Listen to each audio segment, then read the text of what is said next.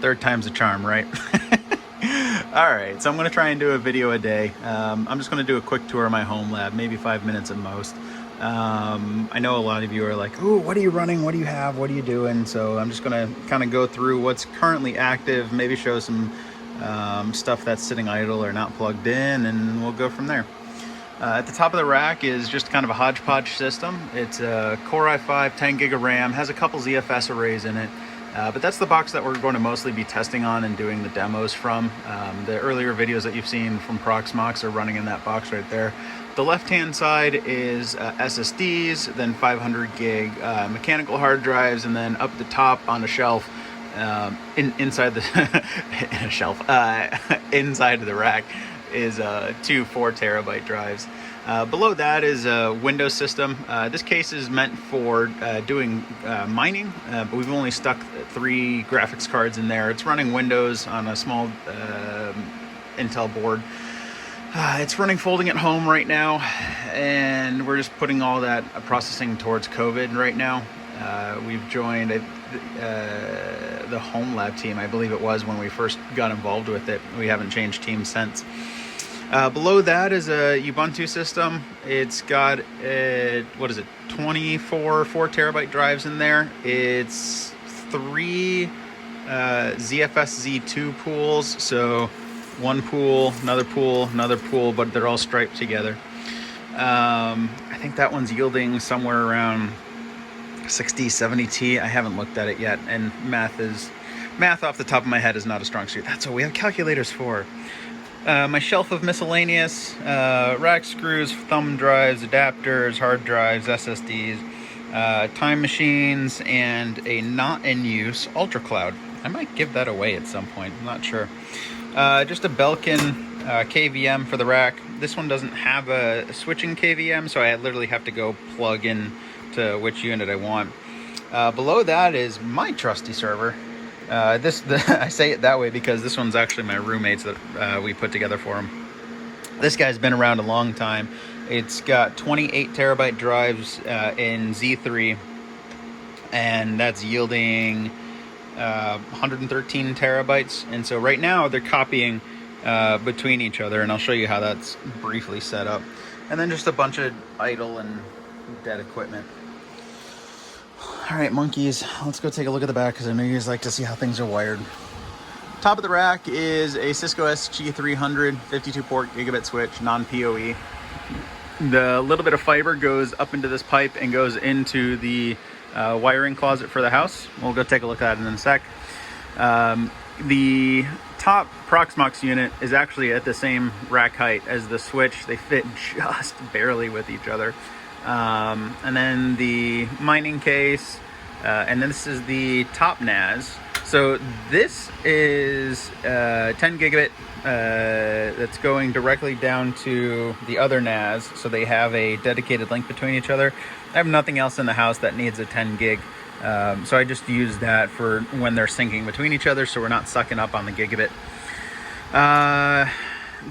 We have like 4 or 5 VLANs running in the house. This is running the NVR as well as Plex. So one is private side, one is public side. Sorry, not public. They're both private VLANs, but one is the camera VLAN and then one is the actual computer LAN. KVM DB25 out to a VGA with USB, and it also has PS2.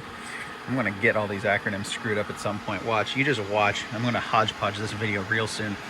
And the back of the NAS. One of the changes I want to make with this guy is to get a redundant power supply instead of a singular power supply.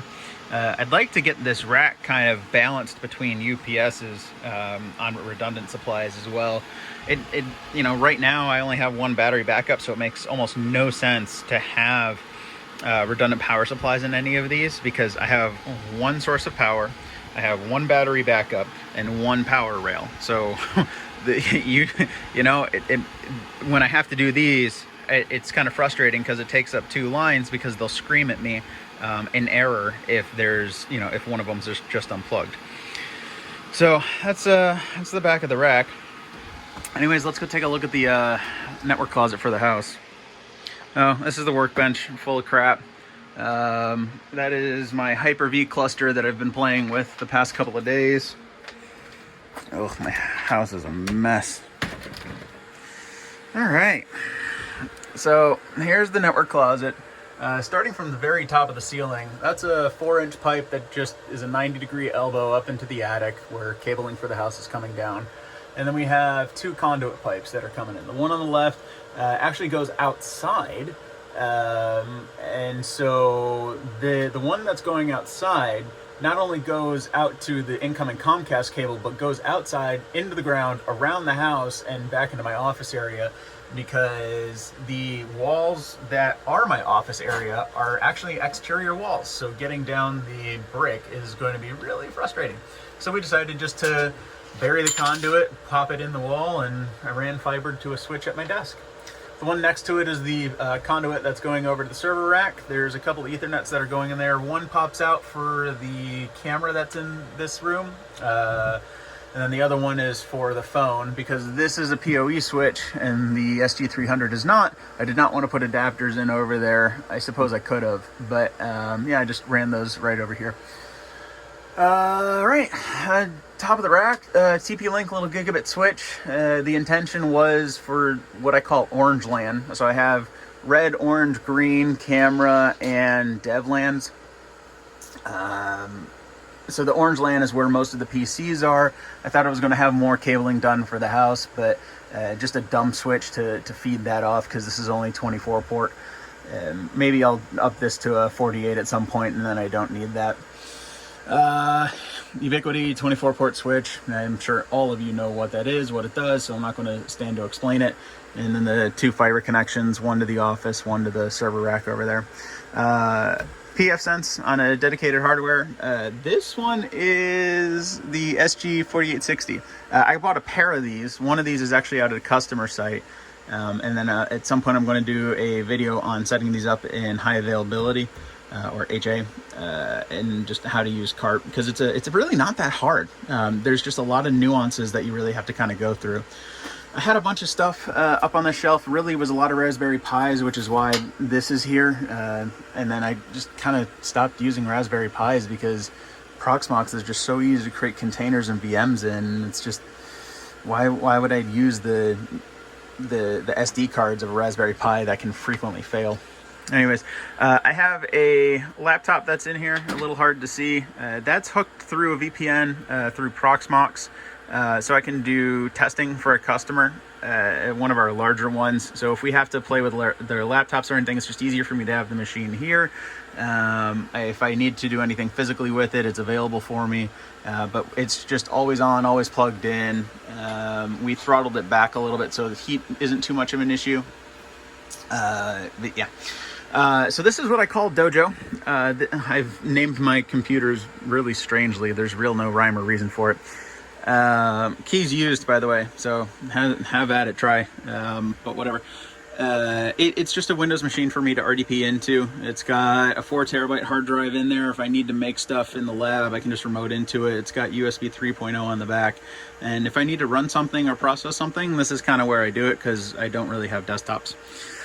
Little PDU for the rack, and then HP ML, what is this? Oh, it's just their micro server. It's just the Gen 10. I get all of their crap confused. It had a ML110, which is what I was starting to mouth off. But the ML110, the motherboard is actually in my NAS, the lower one in the rack. This just runs a small torrent server for downloading whatever torrents that I may need to download. Mostly Linux distros, Linux ISOs. Why do I need four terabyte drives? Because Linux. And that's kind of about it. That's what I got going on. Oh, I suppose I can show you all the dead hardware that's not in use right now. So behind there is a complete stack of IBM servers. It goes all the way down.